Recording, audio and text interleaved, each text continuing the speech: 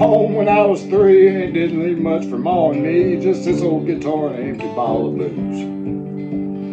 I don't blame him because he ran and hid, but the meanest thing that he ever did was before he left, he went and named me Sue. He must have thought it was quite a joke, and it got a lot of laughs from lots of folks. It seems I had to fight my whole life through. Some guy would giggle and I'd get red, and some boy would laugh and I'd bust his head. I tell you, life ain't easy for a boy named Sue.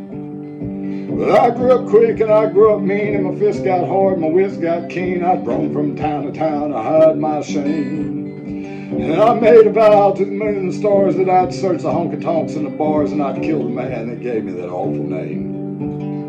Well, it was Gatlinburg in mid-July. I'd just hit town and my throat was dry. I thought I'd stop and have myself a brew. There in a saloon in a street of mud, at a table Dylan Studd sat the dirty mangy dog to name me Sue. Well, I knew that snake was my own sweet dad from a worn-out picture that my mother had. Knew that scar on his cheek and his evil eye. He was big and bent and gray and old, and I looked at him and my blood ran cold, and I said, "My name is Sue, how do you do? Now you're gonna die." Yeah, that's what I told him. Well, I hit him hard right between the eyes and he went down, but to my surprise, he came in with a knife and he cut off a piece of my ear. And I crashed a chair right across the teeth, and we went through the wall and into the streets, and a kicking and a gouging in the mud and the blood and the beer.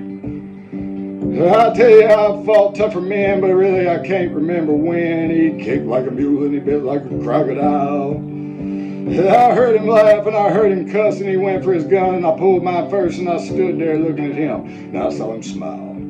He says, "Son, this world's rough. If a man's gonna make it, he's gotta be tough," and I knew I wouldn't be there to help you along. So I gave you that name and I said goodbye. I knew you'd have to get tough or die, and it's that name that helped to make you strong. Now you just fought one hell of a fight, and I know you want to kill me and you got the right, and I wouldn't blame you even if you do. But you ought to thank me before I die for the gravel in the guts and the spit in your eye, 'cause I'm the son of a bitch that named you Sue. Yeah, what could I do? What should I do? I got all choked up and I threw down my gun, and I called him my pa and he called me my son. We both came away with a different point of view.